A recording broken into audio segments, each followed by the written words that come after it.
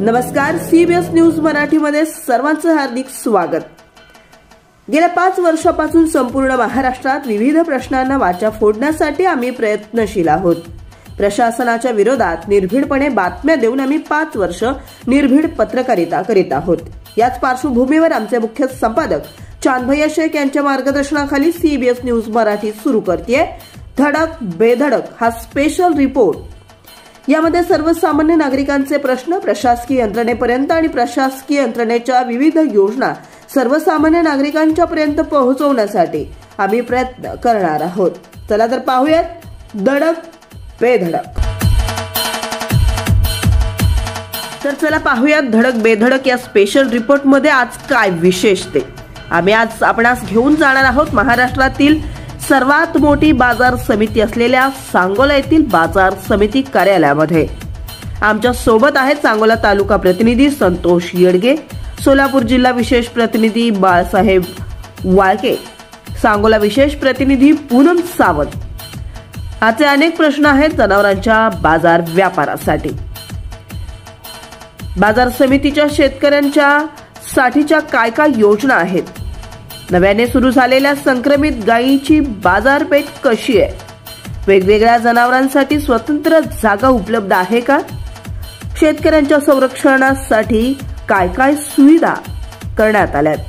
शासनाकडून कोणत्या सुविधा निर्माण झाल्यात? शासनाचा हमी भाव कसा व कोणत्या प्रकारे व्यापार करायचा? जनावरांच्या बाजारपेठेसंदर्भात विचारले जाणारे असे अनेक प्रश्न व शासनाच्या अनेक योजनांचा खुलासा आम्ही केलाय। जनावर बाजार समितीचे सचिव कोळखे साहेबांनी तर चला तर मग थेट बाजार समिती कार्यालयात। तिचं महाराष्ट्रातील आणि देशातील सगळ्यात मोठा जनावरांचा बाजार या सांगोला मार्केट कमिटीमध्ये भरतो आणि आपल्या सांगोला मार्केट कमिटीतर्फे शेतकऱ्यांसाठी काय काय सुविधा आहेत, काय योजना आहेत याची माहिती आम जनतेला शेतकऱ्यांना व्हावी या उद्देशाने आज सीबीएस न्यूज मराठी प्रतिनिधी इथं आलेले आहेत सांगोला मार्केट कमिटीच्या कार्यालयामध्ये। सांगोला मार्केट कमिटीचे सचिव खोकले साहेब यांची आज आम्ही या संदर्भात यांच्याकडून जाणून घेतोय की शेतकऱ्यांच्या संदर्भातल्या काय स्कीम योजना आहेत ते आपण सांगावे। ही मार्केट कमिटीचे जो उद्देश आहे तो शेतकऱ्याचा जे शेतमाल पिकवलेला असतो त्याला योग्य भाव मिळवून देणे आणि शेतकऱ्याचं संरक्षण करणे हा मुख्य उद्देश आहे। तर आपल्या ही मार्केट यार्ड जवळजवळ 42 एकर आहे क्षेत्र। त्या क्षेत्रामध्ये प्रत्येक आठवड्याला शनिवार आणि रविवारी ह्या 2 दिवस आपला जनावरांचा पश्चिम महाराष्ट्रातील मोठा बाजार भरत असतो आणि या बाजारामध्ये नव्याने सुरू झालेल्या संकरित गायीचा बाजार, पंढरपूर म्हशी, खिलार गायी, कोंड आणि शेळ्या मेंढ्या असा सर्व प्रकारचा बाजार भरत असतो। त्यामुळे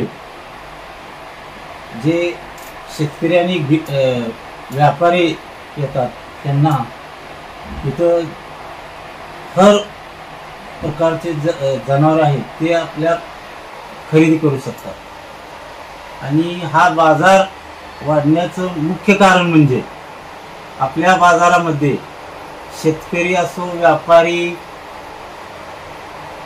कोणीही असो त्याला अजिबात त्रास नाही आपल्या बाजारामध्ये। नंतर शेतकरी आणि व्यापाऱ्यासाठी यार्डामध्ये सर्व सोयी निर्माण केलेल्या आहेत। अंतर्गत डांबरी रस्ते आहेत, लाईटची सोय आहे, पाणी जागोजाग हौद बांधलेले आहे। तर जनावरे आणि माणसासाठी शेतकरी व्यापाऱ्यासाठी सर्व जे लागलेल्या मूलभूत सुविधा हे आपण मार्केट कमिटी त्यांना पुरवत असतो आणि या बाजाराचं एकच वैशिष्ट्य आहे की कोणी आलं तर त्याला हर प्रकारचे जनावर कोणते खरेदी करायचे आहे त्याला त्यांच्या इच्छेनुसार खरेदी करता येते। शेळ्या मेंढ्या म्हणजे शेळ्या मेंढ्या बाजार असतो, म्हैस जर्सी गाय, खिलार गाय, कोंड बैल, त्यामुळे एका छताखाली शेतकऱ्याची इथं सोय होते. आपले एका बाजारे एका आठवड्याला कमीत कमी 150 ते 200 कोटीची उलाढाल होते. आणि त्यापासून संस्थेला लाख ते 1.5 लाख रुपयाचं उत्पन्न मिळतं. सेस म्हणून शेकडा 1 रुपये 5 पैसे. आपल्या या मार्केट कमिटीमध्ये बाहेरच्या जिल्ह्यातून पण आणि राज्यातून पण जनावर आणि शेतकरी येत असतात इथं खरेदी विक्री करण्यासाठी. हो. तर शेतकऱ्यांसाठी निवास व्यवस्था आहे का? हो, शेतकऱ्यासाठी निवास व्यवस्था आपली 2-4 शेड आहेत मोठमोठे. त्या शेडमध्ये शेतकऱ्याला राहण्याची व्यवस्था केली. व्यवस्था आहे ऊन वारा पावसापासून. जनावरांसाठी लोखंडी खुंटे आहेत. आणि हे जे बाजार आहेत ज्या त्या वेगवेगळे त्यांना हे आखून दिले. शेळ्या मेंढ्या बाजार एकीकडं, जर्सी एकीकडं, म्हशी एकीकडं, जर्सी गाय एकीकडं. त्यामुळं इथं संरक्षण शेतकऱ्याचं 1 नंबर घेतलं जातं. इथं म्हणजे भीतीचं वातावरण नाही, काय नाही, शेतकरी सुरक्षित आहे. इथं डाळिंब आणि भुसार माल पण खरेदी विक्री होते. हो. तर शेतकऱ्याचा माल मार्केट कमिटीच्या आवारात आल्याच्या नंतर इलेक्ट्रॉनिक वजन काटे करून त्याच्या हातात पावती वगैरे दिली जाते का? प्रथम शेतकऱ्यांनी माल आणल्यानंतर खाली करून त्याचं शॉर्टिंग केले जाते. शॉर्टिंग केल्यानंतर इलेक्ट्रॉनिक वजन काट्यावर वजन करून वजन केल्यानंतर शेतकऱ्याला पोच पावती दिली जाते वजन केले. आणि दुसऱ्या दिवशी लिलाव झाल्यानंतर त्यांना पेमेंट दिले जाते. दुसरं एक आता तुम्ही मगाशी म्हटलं होतं की केंद्र सरकारचा हमी भावाचा एक चार्ट आहे. ज्वारी, बाजरी, मका, आडत या संदर्भात. तर ते ह्या चार्टचे फलक आता चालू वर्षाचा केंद्र सरकारचा राज्य सरकारने शिफारस केलेला हमी भाव काय आहे याचे चार्ट आपण शेतकऱ्यांना कळतील, दिसतील असे आपल्या मार्केट कमिटीच्या आवारात लावलेले आहेत का? हे शासनाने हमी भावाचं हे तयार केलेले असते MSP. तर ते आत लावलेले आहेत.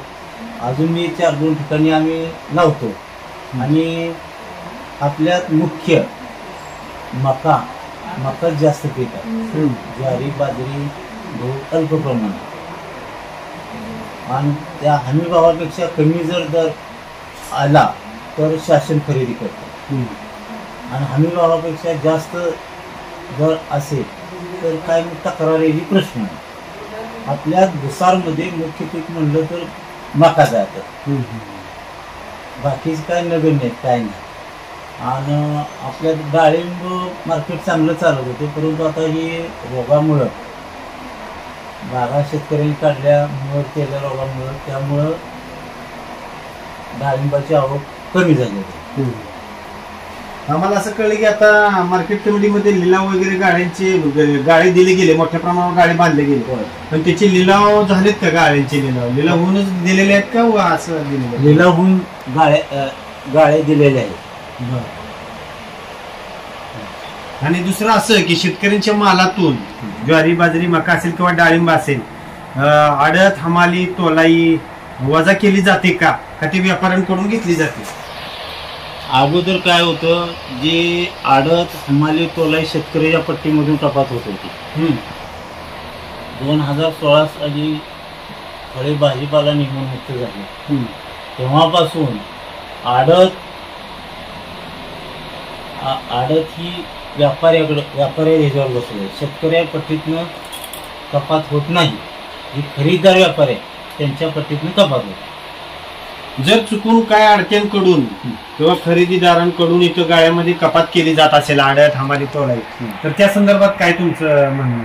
तसं काय होतच नाही. जे कपात जे नियमन शासकीय नियमन होते ते आपण प्रत्येक आडतीवाल्याला पत्र दिलेले त्याप्रमाणेच कपात होते. त्यांच्या बिल पट्टे जे आहे ते इलेक्ट्रॉनिक आहे. ते फीड केल्यामुळे ती बाबा किती टक्के आकारायचं त्याचे आडत काय हमालवाला तर त्यामुळे ज्यादा आकारायचा प्रश्नच येत नाही. शेतकऱ्यांना वेळच्या वेळेला लिलाव झाल्यानंतर पट्टी मिळते का? मिळते का? हो. जर काय शेतकऱ्यांना मिळत नसेल तर त्या संदर्भात काय बोलू? तसला प्रश्नच उद्भवत नाही.